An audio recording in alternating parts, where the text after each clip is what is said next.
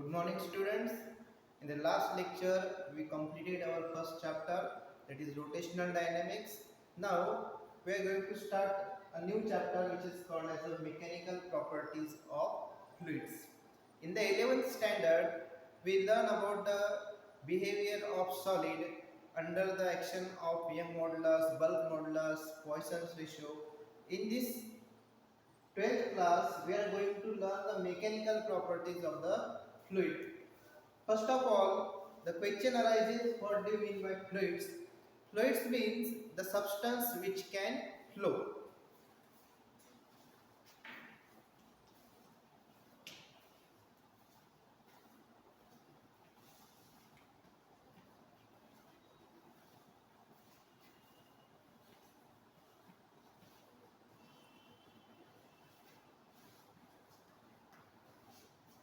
So, what are the substances that can flow?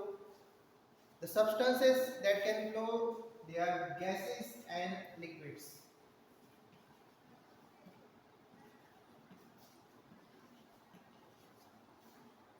So now, if we say that the gas and liquid, they are fluids, means they can flow.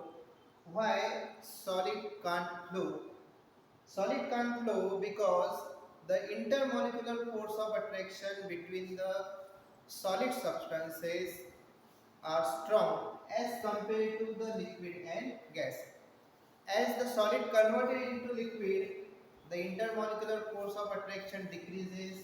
Also, if we heat the liquid, it converted into gas, the intermolecular forces again goes on decreasing. So, we can say that if the intermolecular force of attraction between the molecules of a substance is less, then that substance can flow. Therefore, in the fluids, only gas, liquid, and another state of a substance which is called as a plasma also contained. What is plasma? Plasma is nothing but the gas of the charged particle and neutral atoms.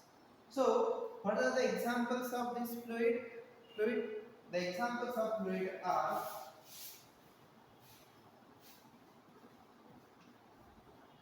simple example is water, air, molten lava,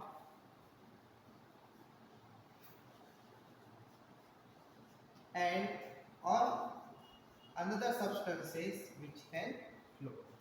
Now, what are the properties of this fluid? The property of this fluid is that the shear modulus of fluid is equal to 0 or it is very less. What is shear modulus? Shear modulus is nothing but the modulus responsible for the change in the shape of a body. And we know that gas, liquid, they don't have their own shape, because when they go into the container, they get the shape of the container. So we can say that the shear modulus of the fluid is less, very less, or it is equal to 0. Now we are going to learn about the properties of ideal fluid.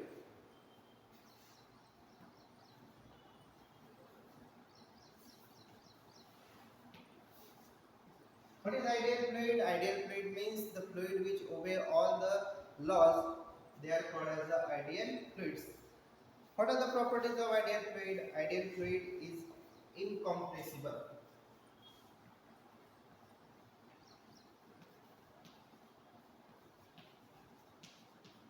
What is incompressible?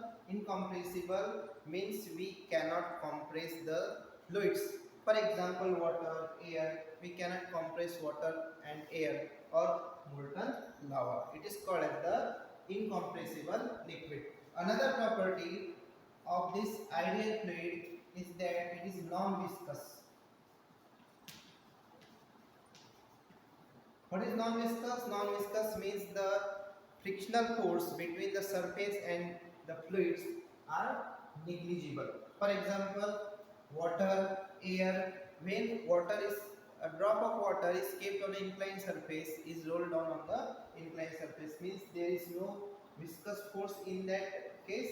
So What are the fluids? Fluids are substances which are non-viscous. What is the next property? The next property of the fluid is its flow is steady. Its flow is steady. What is steady means? It means the velocity at each and every point of this fluid is always same. Okay, it is called as a steady flow. Another property of this ideal fluid is that it is irrotational. What is irrotational means? Irrotational means its flow is smooth.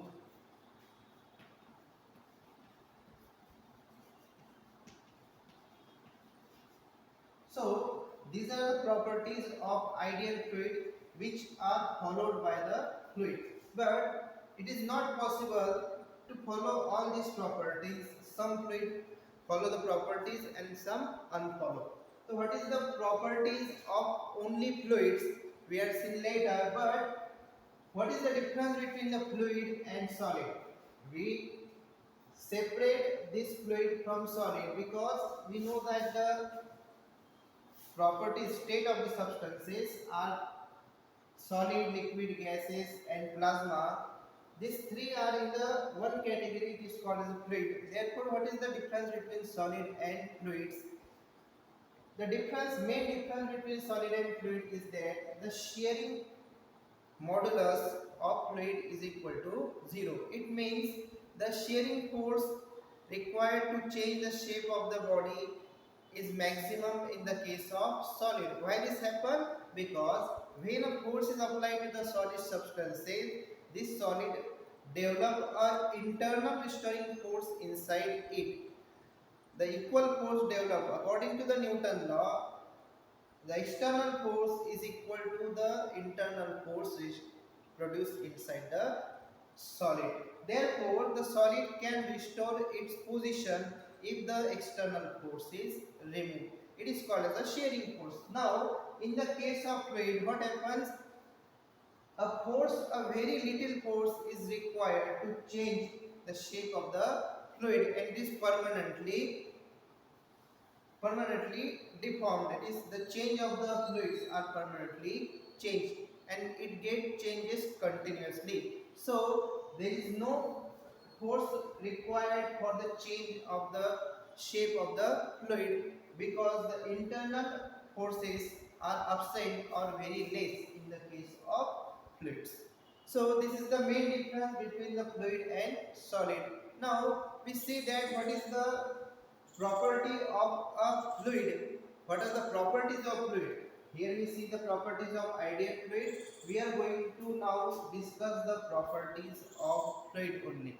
What is the properties of fluid? The first property of the fluid is that they do not oppose deformation.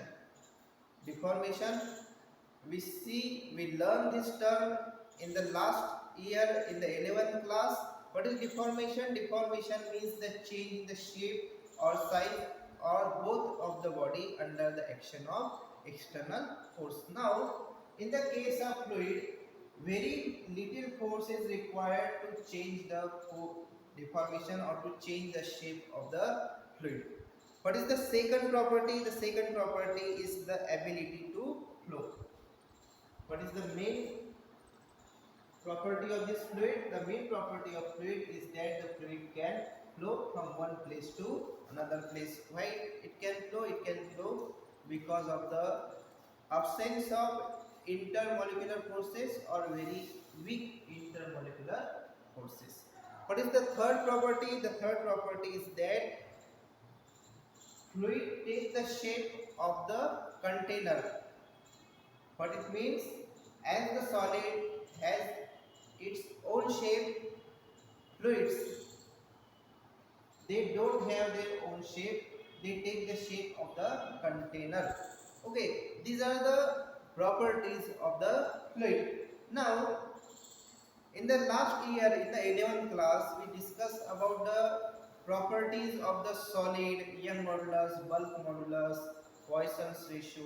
In this case, we are going to learn about the properties which are related with the fluids. The branch of physics which deals with the study of a fluid at rest. The branch of the physics in which we study the fluid at rest, it is called as the hydrostatics. Now, the first property of the fluid is the pressure.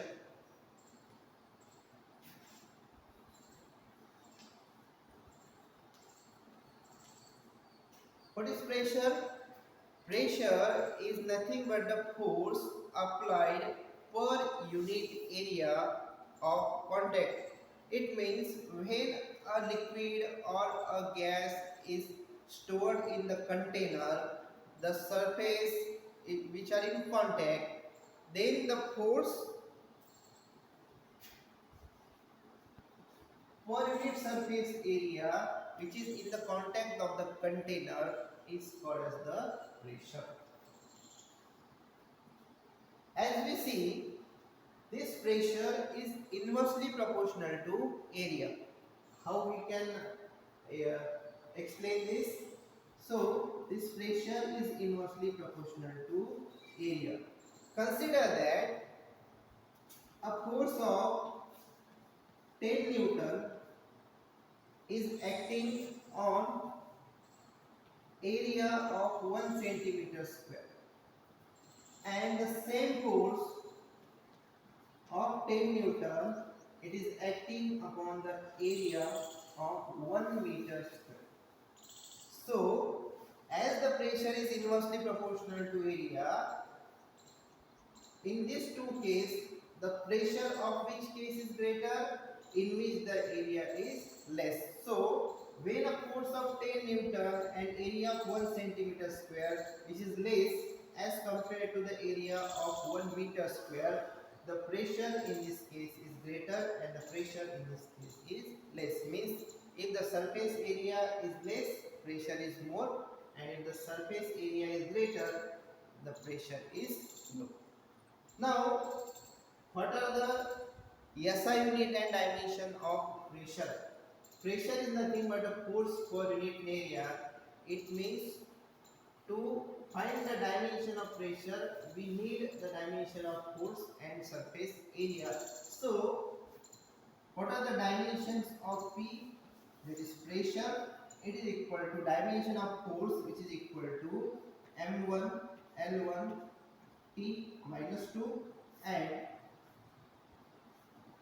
what are the dimension of area? Dimension of area are L2. So, it is equal to M1 L minus 1 T minus